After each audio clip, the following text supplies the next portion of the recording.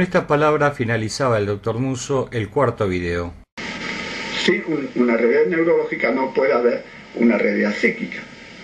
Cosa que por otra parte está muy bien estudiado y muy bien expuesto por Popper, que es seguramente el más importante de los epistemólogos vivientes. O sea, Popper tiene un libro, a ver si lo tengo. Este libro es un libro que para mí fue tremendamente importante.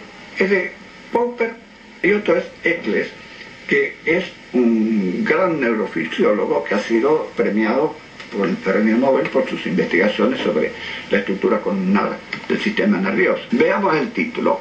El título dice The Self and Its Brain, o sea, el yo y su cerebro. Su cerebro. O sea, no identifica el yo con el cerebro. Y abajo, que no se alcanza a leer, dice un argumento en favor del interaccionismo. ¿Qué es lo notable que yo encuentro acá en esta obra de Popper? Que Popper no conoce el materialismo dialéctico. Pero Popper, todo lo que afirma sin darse cuenta de él y enojándose seguramente si lo identificaron con el materialismo dialéctico porque es anticomunista. Bueno, todo lo que él dice se corresponde con puntos fundamentales de la filosofía materialista dialéctica. O sea, no confunde el mundo de la realidad física, el mundo de la realidad psíquica y el mundo de la realidad ideal. ¿Y por qué llamamos ahora realidad ideal? Porque existen entidades ideales. Por ejemplo, si yo digo, hago una teoría, hay por de pronto una realidad que es una realidad física, esos son los sonidos que yo emito o los caracteres escritos que están en un libro. Por otra parte hay una realidad psíquica, que es el tipo de ideas que tuvo la persona que después transformó esas ideas en elocuciones verbales, físicas, y las escribió en un libro físico. O sea, lo que aparece en el libro es lo que Popper llama un objeto cultural, o sea, un objeto cultural. ¿Por qué? Porque es un producto de la mente.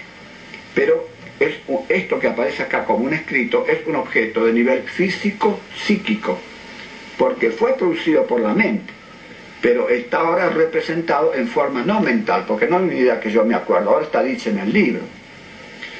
Pero por otra parte está el contenido de lo que dice el libro. Y lo que dice el libro en tanto que contenido, eso es un objeto ideal, que está sujeto a las normas de los objetos ideales que son los pensamientos. Por ejemplo, no tienen que tener contradicciones para que puedan ser significativos. Y aquí hay un problema tremendamente confuso, el problema de la contradicción dialéctica. Seguramente que toda realidad obedece a un proceso dialéctico, donde siempre se pueden distinguir dentro de una misma realidad elementos que son contrarios, que están en lucha y esto.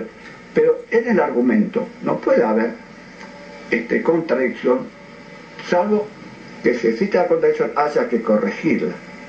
Por ejemplo, si alguien me dice a mí, yo tengo que estudiar las contradicciones, me está haciendo una afirmación, pero la afirmación me está indicando que debo estudiar las contradicciones, pero la afirmación no es contradictoria, porque él no me dice, hay que estudiar las contradicciones y no hay que estudiar las contradicciones, en cuyo caso la afirmación sería lo contradictorio. No, si él me dijera esto, nadie entendería nada, ni él mismo que lo dice. Entonces una cosa es afirmar que hay que estudiar las contradicciones y otra cosa pretender que la afirmación es que hay que estudiar las contradicciones debe ser autocontradictoria para ser dialéctica. Estos son disparates. Entonces el problema está que esos objetos ideales, que son los contenidos de los juicios, de las afirmaciones, tienen leyes, están sujetos a reglas y forman aspectos de la realidad. O sea, cuando alguien se pone a intuir psíquicamente que hay algo que no anda bien en un argumento, bueno, ese argumento, si es contradictorio aunque yo no lo sepa.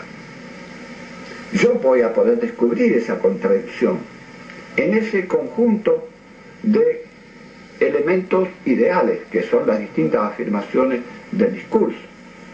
Pero yo las descubro porque mi operación, eso está simplemente ahí en el libro, está dicho, yo todavía no lo sé, ni nadie lo ha descubierto. Por lo tanto, no existe todavía como contenido conciencia de nadie, por lo tanto no existe como una realidad de tipo psíquica, pero sí existe como una contradicción entre objetos ideales, que son las afirmaciones. Entonces, eso ideal, para que se transforme en conceptos, el conocimiento, debe ser investigando, y eso lleva al sujeto epistemológico a descubrir esa contradicción, y entonces aparece un fenómeno que es ahora psicoideal. O sea, Freud habla, en vez de emplear los términos físicos, ideal y psíquico, emplea los términos mundo 1, mundo 2 y mundo 3. O sea, una contradicción no descubierta en una argumentación pertenece al mundo 3 de los objetos ideales. El hombre, con su aparato psíquico, que es el que permite después realizar en el mundo de lo físico la realización de sus ideas, y en el mundo de lo ideal descubrir las contradicciones. Entonces ese, con su aparato psíquico, lee los discursos, con su aparato neuropsíquico lee, con su aparato psíquico después está discutiendo las cosas y llega a descubrir las contradicciones del mundo ideal. Bueno, todas estas ideas de Popper seguramente que son suscribibles por cualquiera de los psicólogos de las líneas soviéticas. Ya Vygotsky murió desde luego, pero un Luria, un Leontiev, todo eso, seguramente que encuentra absolutamente congruente con sus líneas. ¿Por qué? Porque no es fisicalista. Popper no admite que se haga reduccionismo de ninguno de los niveles al otro nivel. Por otra parte, es evolucionista. O sea, no hay nivel ideal sin un sujeto epistemológico, capaz de producir los hechos ideales y capaz también de conocerlos. Pero tampoco hay un sujeto epistemológico sin una realidad biológica, de la cual emerge. O sea, tiene el emergentismo. O sea, que de lo neurológico, que es físico, emerge lo psíquico. De lo psíquico emerge lo ideal. No es un ideal como en el sentido platónico o religioso de la palabra, un Dios consciente que hace... No, no, no. Lo ideal va apareciendo como producto de lo psíquico, en interacción con la realidad física. Lo psíquico aparece como producto ¿de qué? De la realidad biológica, en la formación de las sociedades, que generan en un momento dado la necesidad de la comunicación para el proceso del trabajo mejor, y que aparece el lenguaje, y con la internalización del lenguaje aparece después la conciencia, y con la generalización del usuario de los conceptos aparece el sujeto epistemológico, aquel que aparece cuando el que manipula las ideas puede designarse a sí mismo, y entonces aparece como sujeto epistemológico. O sea, yo soy el que piensa, y aparece entonces como identificándose como una entidad que ya no es una entidad física, es una entidad psíquica, que se identifica como siendo alguien que tiene los conocimientos y que puede activar seguramente el mecanismo neurofisiológico productor de la emergencia de los recuerdos, y que puede operar en el sentido neurofisiológico de determinar cosas.